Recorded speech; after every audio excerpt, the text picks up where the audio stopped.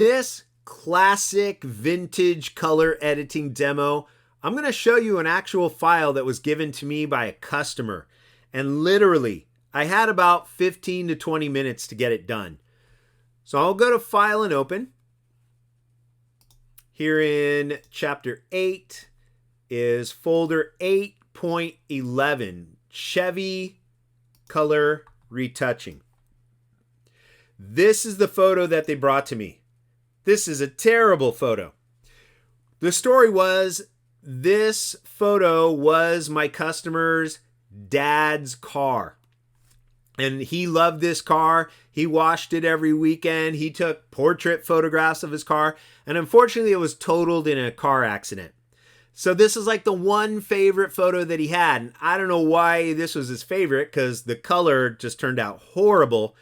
But you got to keep in mind, when they took a photo of this car, it wasn't on a nuclear winter day where the sky is all orange. There was a nice dark Chevy on a bright sunny day on a green lawn. Those colors are still buried in there. We just have to figure out the right way to bring them back out. So the first thing I noticed is that the photo is all crooked. I clicked on my crop tool, went to the straighten level, and I put the little plus on my cursor right on the bottom edge of the grass, and I dragged an angle. I wanted to measure the angle of the photo right there.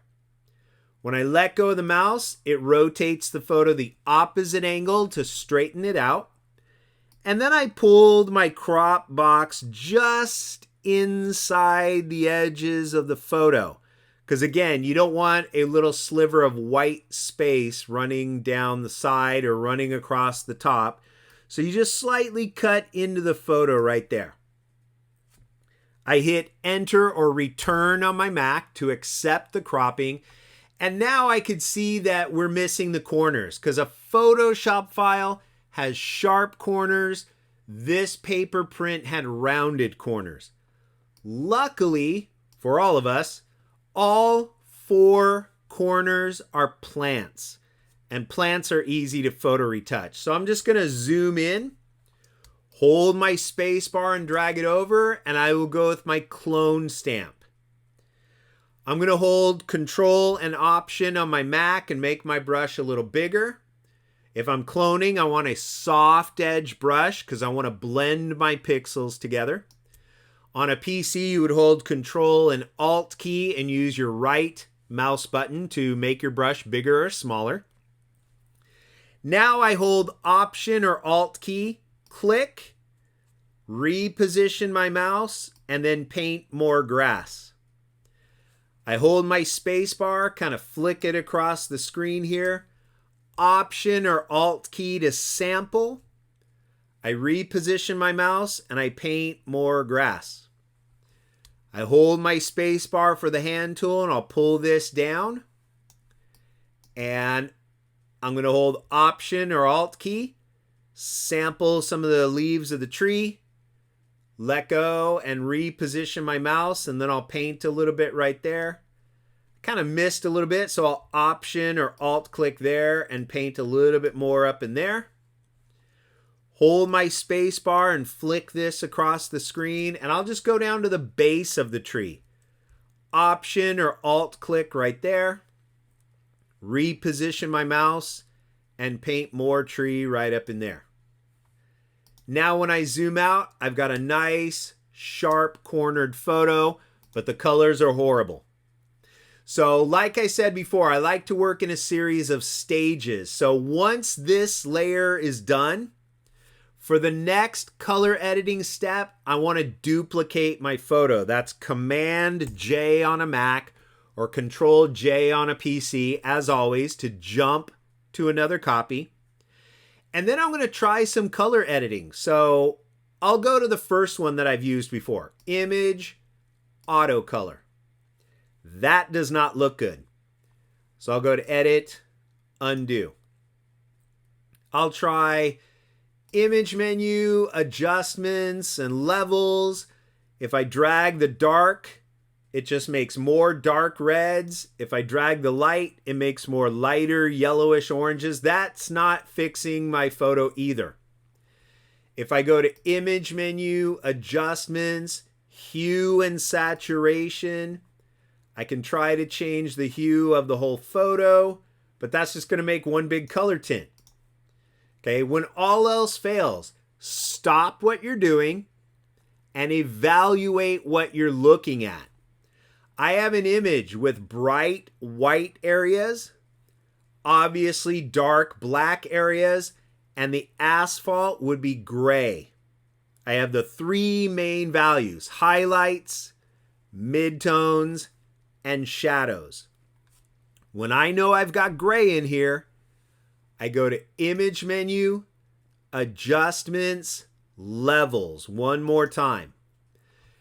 Don't forget you have these three little eyedroppers. So I'm going to take the white eyedropper and click on this white car. That's the brightest, whitest part of this photo. I'm going to take the opposite one on the left, the black sampler, and I'm going to click right above this front tire. That's deep under the car right there. So I'll click right above the tire. This mid-tone eyedropper, sample to set the gray point.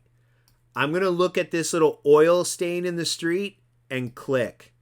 Look at that. There was a blue car in this photo the whole time on a green lawn. Doesn't look like a very bright day, but I'll start with that. And you could click around and see what that's doing, but I want to get that little spot right there so I can see a nice bluish car here. And I'll click OK. With 3 clicks, we went from this to this. Now the photo's still a little bit dark, really dark. So again, I like to work in a series of stages. I'm going to hit Command J for the next most important step, or Control J on a PC to duplicate or make a copy jump again.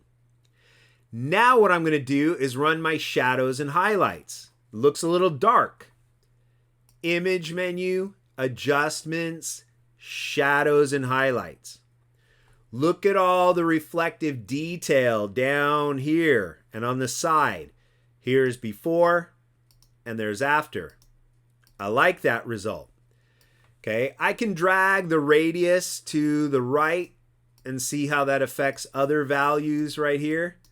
Okay, I might want to keep it over toward the left. I get some brighter tones here. Drag this one over, brighten up the lawn, or this one over, will brighten over the car a little bit. But I make the day a little brighter. And I'll click OK. Now what I want to do is yet another very important step. So I do another copy. I like to work in a series of stages. Command J or Control J on a PC. And you'll notice when I zoom in, we've got that ugly textured paper again. The bane of my existence. So I'm going to try to minimize it. It is all over this photo. There's no way I can get rid of all of it, but I can certainly tone it down a little bit. So again, to get rid of that, I go to Filter, Camera Raw. I'll zoom in just a little bit so you can see that. Right over here on the right, I go to the Detail panel. I'm going to drag the noise reduction to the right. And you can see this little triangle right there. You can open up noise reduction, which gives you more controls. I drag noise reduction to the right to about 75. Less detail right there, which smooths it out even more. I want color noise reduction because I start to get a little yellowish green blotches, so I'll drag some color noise reduction there. A little less detail on those blotches. And this looks a lot smoother. It's not going to be perfect, but it definitely looks better. In the bottom right, I click OK. All right, here's before, where we have a lot of that. Here's after, where we've toned it down. Got a nice bright car on a sunny day. but I can see there is a hint of blue. Okay, so what I want to do is just bring out a little bit more of that blue in this car. So again, right above your type tool are your toning tools. If I press and hold, I have a sponge tool. Okay, I'm going to set that right up here to saturate my colors. Desaturate will pull the color out of the photo, basically turning it grayscale. Saturate will intensify the color. The problem with this tool is the flow, the strength. It is typically set to 50%, which is not too weak and it's not too strong. But technically, 50% is still too strong. I'm going to drag this down to about 20%. You don't want to go overboard and make your colors look all fake. So I'm going to hold Control and Option on my Mac. We'll go a little bigger on my brush. I want a soft brush because I'm blending color. And just like waxing a car, I'm just going to start over here. Click and drag, drag, drag, drag, drag, drag, drag. One long line. That just very slightly intensified the blue. Almost to a point where it wasn't even noticeable, which is good. That means I didn't ruin the photo. I didn't go overboard. If I want to try it again, one long line to saturate a little bit more blue in the hood of that car. I think that's looking pretty good. The only other thing left is the minor details. So I'm going to zoom in right here on this front wheel. And we see these really weird bright blue spots that obviously don't belong in this photo. So I'm going to go to the fourth set of tools down on the right. Go to my spot healing brush. I can hold Control and Option on my Mac and go with a small brush. On my PC, I would hold Control and Alt key and use my right mouse button to make my brush tip smaller. And now I just click and drag. Spot it out, spot it out. There's a little thread right there. There's a little blue on that fender reflection. Click, click, click, click, click. I just keep clicking, or a minor little drag. Just click, drag, click, drag, click, drag, click and drag. And I just spot out all these little electric blue blotches that don't belong on this car. Right down there. I get some down in the grass. Here's a little blue down in the grass. Here's some blue highlights right back here that don't belong. I can hold my space bar to push this around. And there's a little blue on the fender. Here's some blue down in the grass that doesn't belong there. Here's a big ugly blue thread that I'll paint right over. And I'll just keep blotching out or spotting out these little unsightly blue spots right there. They don't belong in my photo, so I need to get rid of them. There's another one. There's another one right there. And there's another one right there. So, oops, I get one more right over here with my spot healing brush. We'll take that out. And now when I zoom out, I got a pretty clean shot of this car. I notice a little garbage out in the street. So let's spot that out right there. Let's spot that little blue out there. And now that I'm done using that oil stain to help me to balance the colors, might as well just get rid of that too while we're at it. Just clean up the street a little bit. Okay, she's looking pretty nice here. I did notice a little bit of red on the license plate. So I'm going to go back to my sponge tool. We'll just make the brush a lot smaller. And I'll just drag it across this red once, twice, 3 times, 4 times. And we'll just intensify a little bit of the red and blue right there. Intensify the red and blue in that little CHEVY emblem right there. And wow, within a few minutes, like I said, professionally, I had 15 minutes to get this done.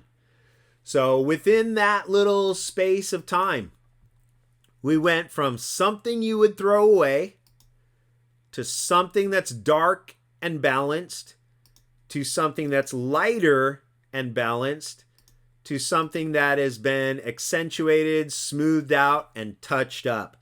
This is the one we want to keep. This is the garbage we would throw away. Look how much you can bring out of a photo if you know the right process, if you know the right techniques to do it. That's what's amazing about Photoshop. So now that this is done, she's looking beautiful. File menu, save a copy. I'll put my last name, my first name, CHEVY. On my desktop, I will save that as a JPEG, and I will keep that as 8 or high quality, and we've got a beautiful car here. All right, there we go. Welcome to the professional world of photo retouching.